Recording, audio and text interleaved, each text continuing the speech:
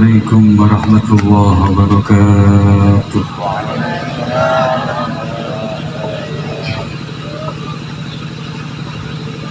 الحمد لله الذي بنعمته تتم الصالحات.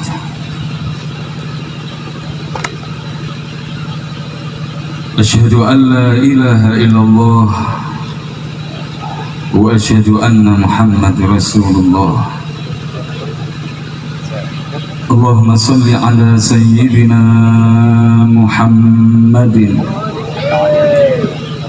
نورك الساري ومددك الجاري واجمعنا به في كل أطوار وعلى آله وصحبه يا نور.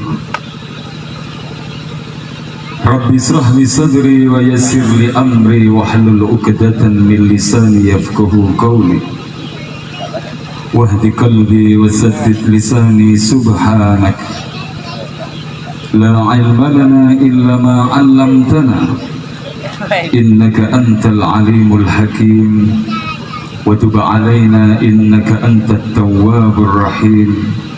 ولا حول ولا قوة إلا بالله العلي العظيم. أما بعد، حبائبنا الأفاضل والعلماء الفضلاء, segenap para habaib, para ulama, para kiai, para tokoh masyarakat, sesepuh bini sepuh, para ustaz yang sangat kami muliakan dan juga kami cintai, wabil khusus khadimul ma'had ad-din al-ikhlas syafi'iyah Kiai Yusuf Syafi'i, dan juga putra beliau Agus Abdul Basit dan juga Agus Roni beserta keluarganya. Kita doakan matta'anallahu bituli hayatihi musyarifah. Semoga Allah memberikan panjang umur kepada beliau. Semoga Allah memberi kesehatan kepada beliau. Semoga Allah melancarkan segala urusan dan usahanya beliau, sehingga beliau bisa tetap istiqamah membimbing kita di jalan baginda Nabi besar Muhammad sallallahu alaihi wasallam. Dan tidak lupa para segenap hadirin wal hadirat, pecinta baginda Nabi besar Muhammad sallallahu alaihi wasallam. Akramani wa akramakumullah wa a'takumul afiyah. Semoga Allah memuliakan kami dan panjenengan semuanya. Waffaqani waffaqakumullah. Semoga Allah memberikan pertolongan kepada kami dan panjenengan semuanya. Hafidhani wa hafidhakumullah. Semoga Allah menjaga kami dan panjenengan semuanya. Wara'ani wara'akumullah. Semoga Allah memelihara kami dan panjenengan semuanya. Amin ya rabbal alamin. Puji syukur kita kehadirat Allah subhanahu wa ta'ala. Dengan nikmatnya semua amal saleh jadi sempurna, dan juga berkah atas karunia-Nya kita dikumpulkan di dalam suatu majelis yang dibangga-banggakan Allah di depan para malaikat, yakni majelis Raudhah min Riyadil Jannah, taman daripada taman-taman sorga, seperti halnya malam hari ini. Mudah-mudahan makbul indallah subhanahu wa ta'ala. Amin ya rabbal alamin. Salawat dan salam kita haturkan kepada junjungan kita Nabi besar Nabi Muhammad sallallahu alaihi wa alihi wasallam, yang kita harap-harapkan syafaatnya nanti ketika kita menghadapi sakaratil maut. Nabi Muhammad rela hadir untuk menalkin kita sehingga kita menghadap kepada Allah dalam keadaan husnul khatimah, mati dalam keadaan dicintai oleh Allah subhanahu wa ta'ala. Amin ya rabbal alamin.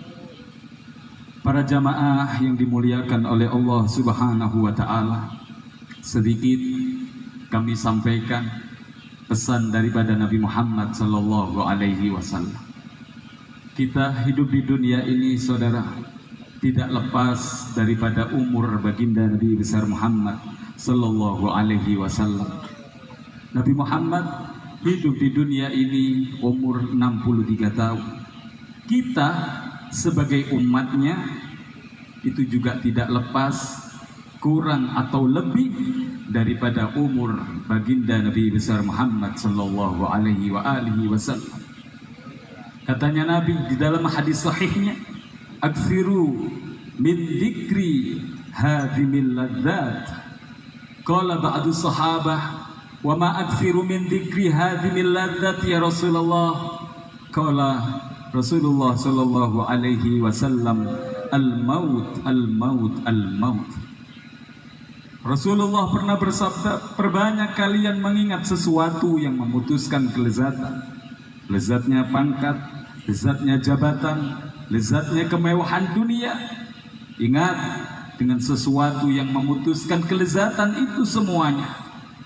Para sahabat pun bertanya kepada Rasulullah, "Ya Rasulullah, apa itu sesuatu yang memutuskan kelezatan?" Rasulullah menjawab dengan sampai 3 kali, "Al-maut, al-maut, al-maut." Mati, mati, dan mati. Wasiat Nabi Muhammad untuk kita sebagai umatnya, disuruh memperbanyak ingat kematian. Agar apa? Agar gampang badan kita ini dibawa ingat ke Allah. Agar gampang badan kita ini dibuat taat kepada Allah subhanahu wa ta'ala. Para jamaah yang dimuliakan oleh Allah subhanahu wa ta'ala, kita hidup di dunia ini sebentar, tidak lepas dari umurnya Nabi.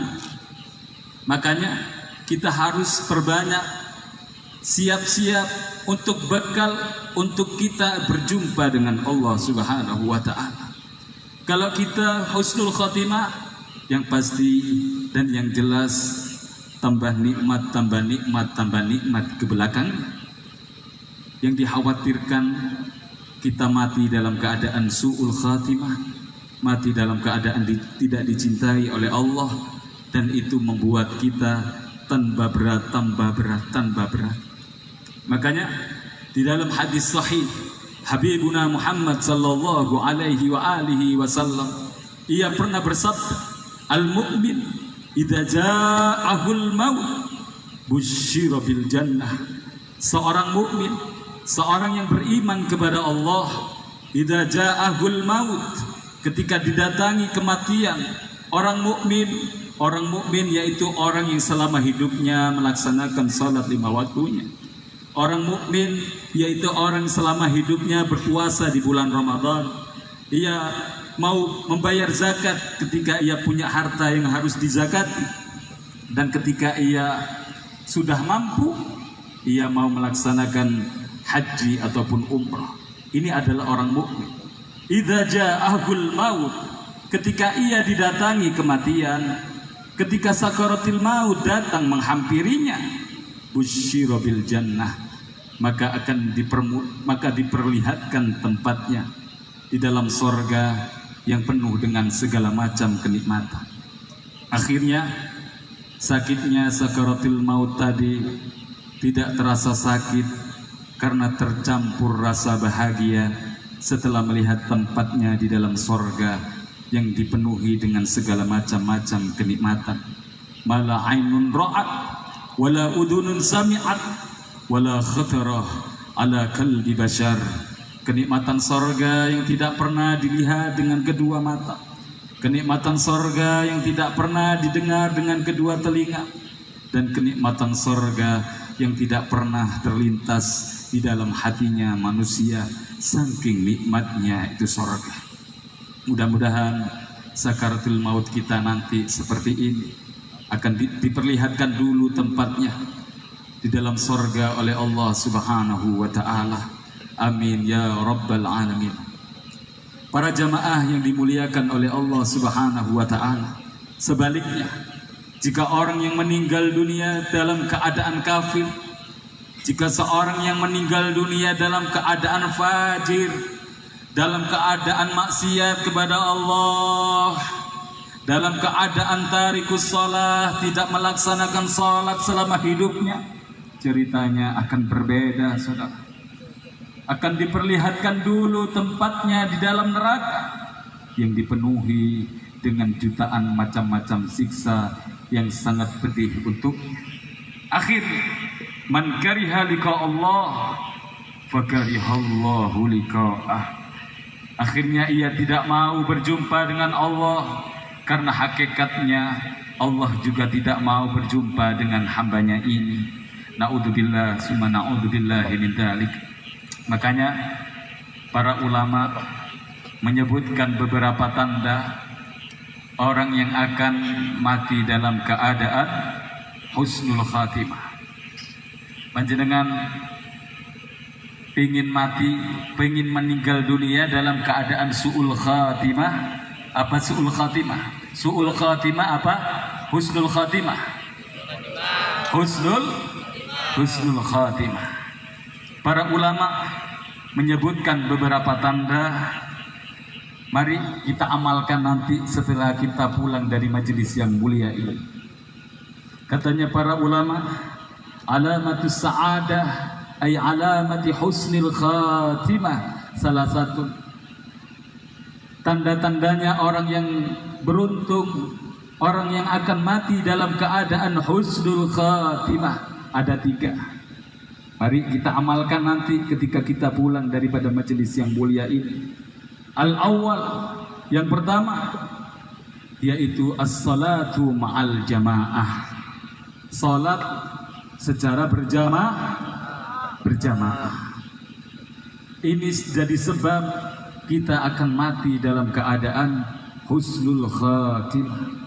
Apalagi ini yang hadir banyak di kalangan para santri.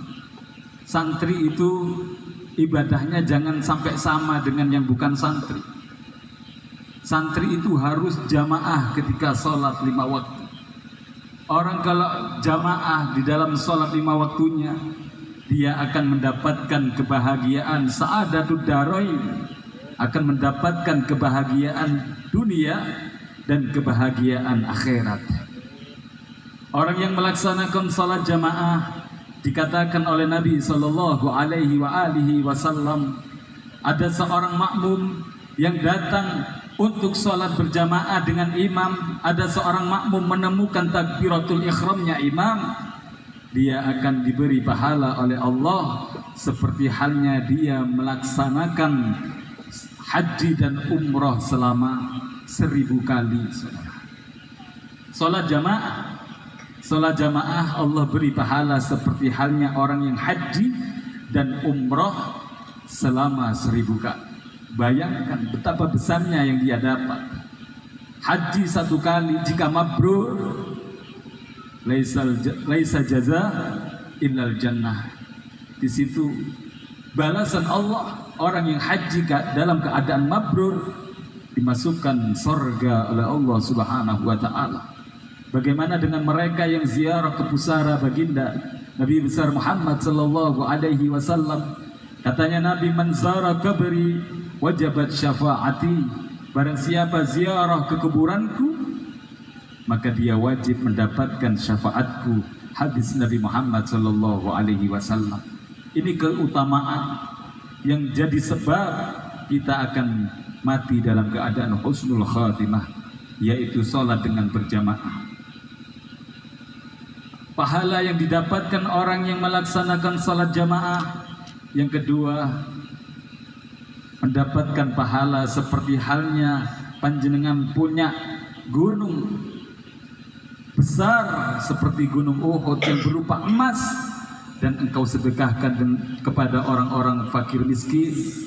Betapa besarnya itu pahala memberikan sedekah kepada orang-orang miskin berupa gunung Uhud yang berupa emas, engkau sedekahkan kepada orang-orang yang miskin. Hadisnya Nabi Shallallahu Alaihi Wasallam. Dan katanya Nabi lagi, orang yang melaksanakan salat jamaah, ia akan dijaga oleh Allah daripada adabil qabr, adabil nar, wa min dijaga oleh Allah dari adab siksa neraka dan dari sifat kemunafikan. Orang yang melaksanakan sholat jamaah, dia tidak akan meninggal dunia sebelum diperlihatkan dulu tempatnya di dalam surganya Allah Subhanahu wa ta'ala. Dan dia orang yang mau jamaah selama hidupnya, dia akan dakhalal jannah bighairi hisab, masuk di dalam surga tanpa dihisab terlebih dahulu. Ayo kita nanti pulang dari majelis yang mulia ini, yang biasanya gak pernah sholat jamaah, agar kita bisa mencapai yang namanya mati dalam keadaan husnul khatimah. Orang yang akan mendapatkan husnul khatimah yang kedua yaitu birrul walidain, orang yang mau berbakti kepada kedua orang tuanya. Orang kalau berbakti kepada orang tuanya, dia akan mendapatkan kekhususiaan dari Allah Subhanahu wa ta'ala. Yang paling membahagiakan, dia akan mati dalam keadaan husnul khatimah. Ja'a rajulun ila Nabi sallallahu alaihi wa alihi wasallam. Telah datang laki-laki kepada Rasulullah sallallahu alaihi wa alihi wasallam. Ini orang laki-laki bertanya kepada Rasulullah, "Ya Rasulullah, aku meminta kamu wasiat kepadaku. Barangkali wasiat itu bisa memberiku manfaat di dunia dan di akhirat." Rasulullah sallallahu alaihi wasallam pun berkata kepada ini orang laki-laki, "Apakah engkau punya kedua orang tua?" Orang laki-laki tersebut menjawab, "Na'am ya Rasulullah, iya, aku mempunyai kedua orang tua.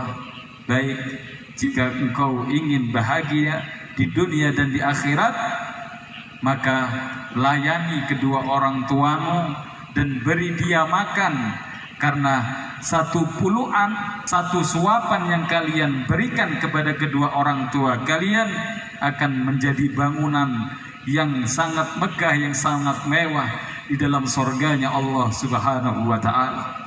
Kalau seorang hamba sudah dibangunkan istana di dalam surga, yang pasti dia akan mati dalam keadaan husnul khatimah. Ada laki-laki lagi datang ke Rasulullah sallallahu alaihi wa alihi wasallam. Orang laki-laki ini bertanya lagi kepada Rasulullah, "Ya Rasulullah, bagaimana kalau seumpama ibuku ini selalu menyakiti hatiku dengan perkataannya?" Katanya Nabi Muhammad sallallahu alaihi wasallam, "Apakah kamu enggak ngerti kalau surga itu berada di telapak kakinya?" "Ngerti ya Rasulullah." Nah itu, meskipun ibumu cerewet kasarannya, meskipun ibumu itu sering marahinmu, kamu diam, tetap ikuti, jangan membangkang aturan-aturan daripada ibumu, karena surga berada di telapak kaki ibumu, katanya Nabi Shallallahu Alaihi Wasallam. Datang lagi itu orang laki-laki sowan lagi ke Rasulullah Shallallahu Alaihi Wasallam. Ia bertanya, "Ya Rasulullah, bagaimana seumpama kalau orang tuaku sudah nggak ada ya Rasulullah, apa yang bisa kami perbuat?" Katanya Nabi Shallallahu Alaihi Wasallam, "Jika memang kedua orang tuamu sudah meninggalkan dunia, kamu bisa berbakti kepadanya dengan it'amut ta'am, memberi makanan kepada orang, wa qiraatil Quran, membaca Quran, dan doa. Itu yang bisa kalian lakukan ketika kalian, orang tua kalian sudah meninggal dunia. Jika kalian mau berbakti kepada kedua orang tua kalian, kalian harus banyak-banyak memberi makanan kepada siapapun yang membutuhkannya." Seperti halnya acara malam hari ini, haul daripada orang-orang sepuh, orang-orang soleh. Kenapa saya mengatakan orang soleh? Kalau enggak orang soleh, enggak kira yang hidup mau memperingatinya, mengadakan haul umum seperti halnya malam hari ini. Ini bentuk daripada birrul walidainnya panjenengan semuanya kepada leluhur-leluhurnya. Mudah-mudahan kita semuanya mendapatkan barokah daripada yang dihauli. Amin ya rabbal alamin. Makanya jangan sampai kita menyakiti hatinya kedua orang tua kita. kereng apapun, kereng yo opo wis, orang tua panjenengan jangan sampai panjenengan itu ngelawan. Kalau kepingin enak hidupnya, senangkan hatinya kedua orang tua kita. Ada salah satu kisah yang ini harus kita ambil pelajaran, saudara. Ada salah satu ulama jumhur, ulama terkenal. Ulama terkenal ini sowan kepada ibunya. Ia pamit untuk berangkat tawaf. Untuk berangkat tawaf, ngubengi itu Ka'bah. Ini ibunya bilang kepada ini ulama, wahai anakku, ibu gak ada yang barengi di rumah, gak usah berangkat tawaf, karena ibu gak ada yang layani. Si anak ini tadi membangkang apa yang dikatakan ibunya. Enggak bu, saya tetap mau berangkat tawaf, karena saya sudah lama gak tawaf, saya ingin tawaf, saya tetap berangkat. Perkataan yang seperti ini, saudara, membakar hati seorang ibu, sehingga ini ulama ketika pergi di pertengahan jalan sudah larut malam, sehingga dia melaksanakan qiyamul lail, melaksanakan sholat tahajud. Pengadatan ulama itu seperti itu. Jadi kalau orang dipanggil ulama kok gak pernah qiyamul lail, berarti masih diragukan keulamaannya. Ini ulama melaksanakan qiyamul lail, sholat tahajud di masjid. Subhanallah, karena keberangkatannya itu jadi sebab menyakiti hatinya ibunya. Ini ulama pas waktu sholat tahajud, di pinggir masjid ada seorang syarik, ada seorang maling. Sehingga maling ini ketemu oleh masyarakat, dikejar-kejar, sehingga maling itu lari menuju ke arah masjid dan hilanglah itu maling.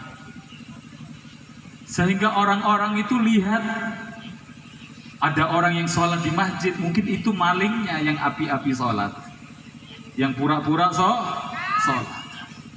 Akhirnya ini ulama, saudara, ulama ini dipegang oleh masyarakat, dipegang, dihajar, dibawa ke rumahnya Pak Kampung ketika itu. Akhirnya dibilangkan, ini Pak Kampung, ini maling tadi, lari ke arah ke masjid. Katanya Pak Kampung, kalau itu maling, congkel kedua bola matanya, putus, potong-potong itu tangannya dan potong-potong itu kakinya. Inna lillahi wa inna ilaihi raji'un. Ini ulama, saudara, orang besar, karena gak dapat ridhonya orang tua, sekaligus ketika itu dihukum oleh Allah, sekaligus ketika itu kedua matanya dicongkel, kedua tangannya dipotong, kedua kakinya dipotong. Karena apa? Karena tidak taat dengan apa yang dibilangkan oleh orang tua. Sehingga waktu pagi datang, ini ulama ini dikarak, saudara, dibawa di pasar, dibilangkan, ini loh hukumannya seorang syarik, hukumannya seorang maling, akan dipotong kedua tangan, akan dipotong kedua kakinya, akan dicongkel kedua bola mata. Sehingga ulama tadi mengatakan, ketahuilah, ini adalah hukuman, bukan hukumannya seorang maling, akan tetapi hukumannya seorang anak yang durhaka kepada orang tuanya. Ini ulama, saudara, karena tidak mendapatkan ridho daripada orang tua, Allah siksa seperti itu. Allah siksa, dipotong-potong kakinya, dipotong-potong tangannya, dan dicongkel kedua bola matanya, gara-gara tidak taat kepada orang tuanya. Makanya kalau panjenengan kepingin bahagia di dunia, kepingin bahagia di akhirat, senangkan kedua orang tua panjenengan, senangkan. Jangan sampai dibuat sakit hati, khususnya seorang ibu, jangan sampai dibuat sakit hatinya. Para jamaah yang dimuliakan oleh Allah Subhanahu wa ta'ala. Yang terakhir, orang yang akan mati dalam keadaan husnul khatimah, orang yang akan mati dalam keadaan dicintai oleh Allah. Yang terakhir yaitu as-sadaqah, ia senang sedekah. Jadi panjenengan kalau kepingin matinya husnul khatimah, yang istiqomah sedekah, nyenengkan hatinya setiap makhluknya Allah Subhanahu wa ta'ala. Sedekah enggak harus banyak, saudara. Yang penting istiqomah. Panjenengan punya ayam pagi-pagi dikasih makan diniati sedekah, punya sapi dikasih makan diniati sedekah. Yang penting itu sedekah, yang terutama kepada keluarga. Setelah keluarga kerabat, setelah kerabat baru tetangga. Kan kadang sekarang kebalik, keluarga dibiarkan, kerabat dibiarkan, orang lain yang dikasih sedekah. Karena kalau ngasih saudara katanya nggak ada bukunya. Nah, jadi kalau kita ingin mati dalam keadaan husnul khatimah, yang terakhir yaitu apa? Perbanyak sedekah. Katanya Nabi, as-sadaqatu tadfa'u maitatassu. Orang yang senangannya sedekah akan dijaga daripada mati dalam keadaan su'ul khatimah. Mungkin itu yang bisa Al-Fakir sampaikan pada pengajian malam hari ini. Afwan, Al-Fakir gak bisa guyon, jadi sakmuniye, jadi gak bisa guyon memang. Ngaji kayak gini. Jadi Gus Basit tadi itu cumucu, jadi ini orang Curawulut itu cumucu. Engko iki mubaleki pinter guyon, enak guyon nih. Kula mboten saged guyon. Jadi inilah yang bisa Al-Fakir sampaikan pada pengajian malam hari ini. Mudah-mudahan yang benar diberi manfaat dan barokah, khususnya bagi Al-Fakir, umumnya untuk panjenengan semuanya. Mudah-mudahan kita bisa mengamalkan 3 ciri-ciri yang jadi sebab kita akan mati dalam keadaan husnul khatimah. Salat berjamaah, senangkan hati kedua orang tua kita, dan harus belajar istiqomah sedekah, menyenangkan hatinya setiap makhluknya Allah Subhanahu wa ta'ala. Bila mana yang Al-Fakir sampaikan itu salah, itu murni daripada kebodohan Al-Fakir. Mohon dengan segala kerendahan hati, mohon dengan segala hormat, mohon maaf sebesar-besarnya. Hadza minni al-afu minkum. Assalamualaikum warahmatullahi wabarakatuh.